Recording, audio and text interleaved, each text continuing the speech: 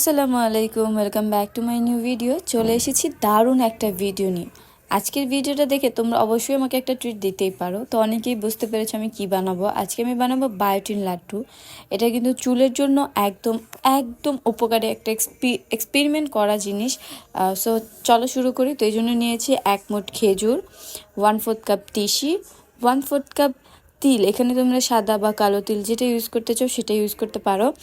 আর এরপরে নিয়েছি 1/4 কাপ মিষ্টি কুমড়ার দানা, এরপরে নিয়েছি সূর্যমুখীর দানা, আর এখানে নিয়েছি 1 মুঠের মতো কাঠবাদাম। তোমরা এখানে কাজু বাদাম, আখরোটও ইউজ করতে পারো। আমি হাতের কাছে পাইনি তাই নিয়ে নিই।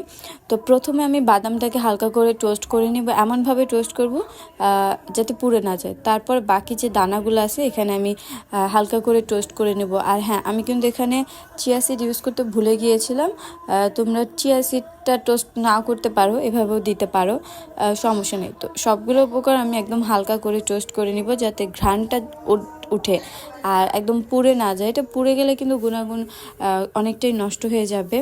তো এগুলো সব যখন হালকা করে টোস্ট হয়ে যাবে তখন এগুলোকে আমি ব্লেন্ডার করবো। আমি তোমাদের বলছি বাকি প্রসেসগুলো। এখানে যে আমি প্রত্যেকটা উপাদান নিয়েছি, এই প্রত্যেকটা আলাদা আলাদা জিনিসই খুবই উপকারী।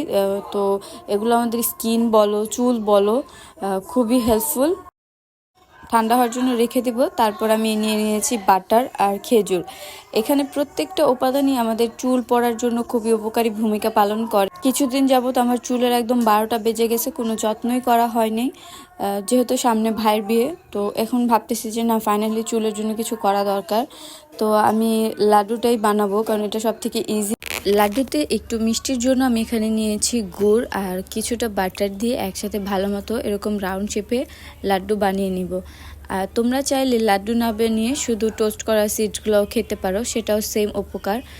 আর এখানে আমার 10টার মতো লাড্ডু হয়েছে। আমি গত 1 সপ্তাহ ধরে ইউজ করছি, তোমরা ইউজ করো, এটা 100% রেজাল্ট দিবে।